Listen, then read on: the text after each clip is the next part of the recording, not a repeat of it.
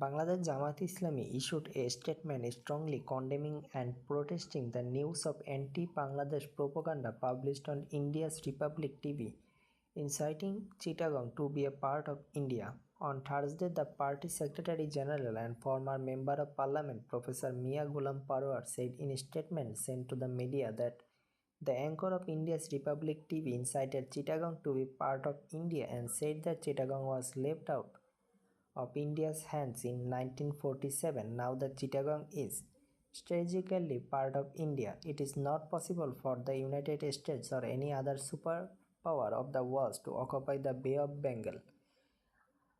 I would like to strongly condemn and protest the speech of the presenter and say that such provocative speech of Indians is a blatant interference on the independence and sovereignty of Bangladesh.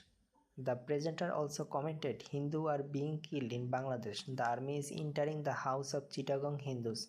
This statement of the presenter is completely false, untrue, and intentional. I appeal to Republic TV to stop such false propaganda. At the same time, I call upon the Bangladesh government to protest against this kind of propaganda against Indians and take necessary steps.